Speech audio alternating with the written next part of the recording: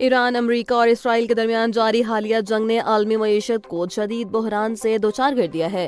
Al Jazeera کی report کے مطابق برنٹ کروڈ تیل کی قیمت $106 فی بیرل تک پہنچ گئی ہے، جبکہ LNG کی قیمتوں میں 60% اضافہ ہوا ہے۔ آبنائے ہرمز میں کشیدگی کی وجہ سے سپلائی متاثر ہونے پر دنیا کے 50 ممالک میں پیٹرول مہنگا ہو گیا ہے، جس کے باعث کئی حکومتوں نے 4 روزہ ورک ویک اور پیٹرول ریشننگ جیسے ہنگامی اقدامات شروع کر دیے ہیں۔ عالمی اسٹاک مارکیٹوں میں مندی، فضائی کرایوں میں اضافہ اور کساد بازاری کے خطرات نے ماہرین کو تشویش میں مبتلا کر دیا ہے، خاص طور پر ایشیائی اور یورپی معیشتوں کے لیے ترقی کی شرح برقرار رکھنا مشکل نظر آ رہا ہے۔ اماراتی سول ایوی ایشن نے تصدیق کی ہے کہ دبئی انٹرنیشنل ایئرپورٹ اور المکتوم ایئرپورٹ پر غیر ملکی پروازوں کی لینڈنگ فی الحال معطل ہے۔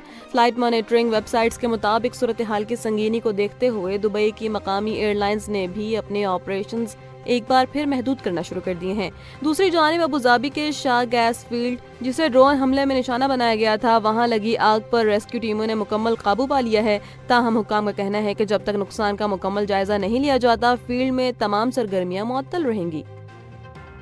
ایمنسٹی انٹرنیشنل نے اپنے حالیہ بیان میں کہا ہے کہ بچوں سے بھرے کلاس رومز کا قتل گاہ میں بدل جانا انتہائی دل خراش ہے۔ تنظیم کے مطابق اگر امریکہ کو یہ علم نہیں تھا کہ نشانہ بننے والی جگہ ایک اسکول ہے تو یہ ایک بہت بڑی انٹیلیجنس ناکامی ہے۔ یاد رہے کہ 28 فروری کو ایران کے شجرہ طیبہ ایلیمنٹری اسکول پر امریکہ نے ٹوماہاک میزائل داغا تھا، جس کے نتیجے میں 150 سے زائد بچوں سمیت مجموعی طور پر 175 افراد شہید ہوئے تھے۔ ایمنسٹی نے مطالبہ کیا ہے کہ اس حملے کے ذمہ دار کا تعین کر کے انہیں فوری طور پر انصاف کے کٹہرے میں لایا جائے گا۔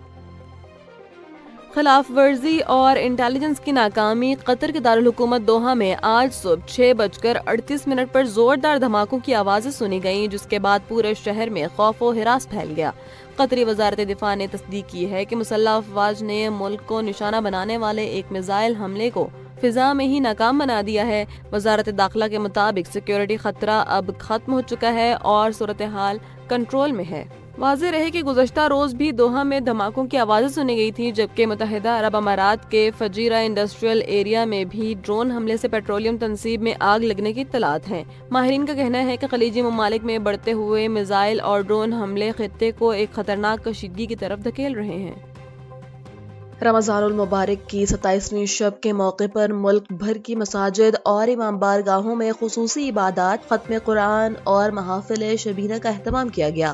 فرزندان اسلام نے اللہ کے حضور گڑ گڑا کر گناہوں کی معافی مانگی اور ملک کی سلامتی اور خوشحالی کے لیے دعائیں کی۔ لاہور کی تاریخی بادشاہی مسجد میں ایک بڑا اجتماع ہوا، جہاں خطیب مسجد مولانا عبدالخبیر آزاد نے اجتماعی دعا کروائی۔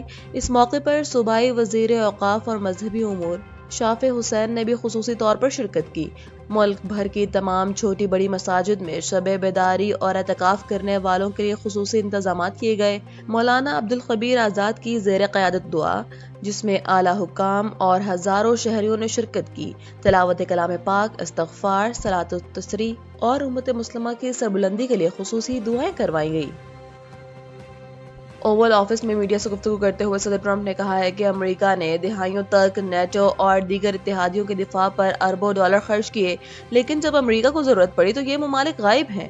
انہوں نے برطانوی وزیر اعظم کیئر سٹارمر کو ہدف تنقید بناتے ہوئے کہا کہ انہوں نے مجھے مایوس کیا، جنگ ختم ہونے کے بعد جہاز بھیجنے کی پیشکش کا کوئی فائدہ نہیں۔ ٹرمپ نے یہ دعویٰ بھی کیا کہ امریکی افواج نے ایرانی رجیم، ان کے بحری اور فضائی دفاع اور بارودی سرنگیں بچھانے والی کشتیوں کا مکمل خاتمہ کر دیا ہے۔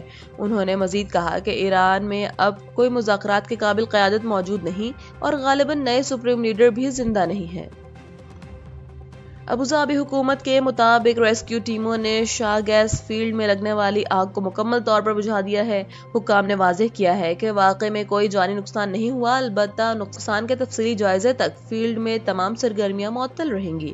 دوسری جانب ایران اور اسرائیل اور امریکہ کے درمیان جاری جنگ کے نتیجے میں جانی نقصانات کی تعداد تیزی سے بڑھ رہی ہے۔ رپورٹ کے مطابق اب تک ایران میں 1444 افراد شہید ہو چکے ہیں، جبکہ اسرائیل میں 15 اور متحدہ عرب امارات میں 7 افراد جاں بحق ہوئے ہیں۔ امریکی فوج کے بھی 13 اہلکار اس جنگ کی نذر ہو چکے ہیں۔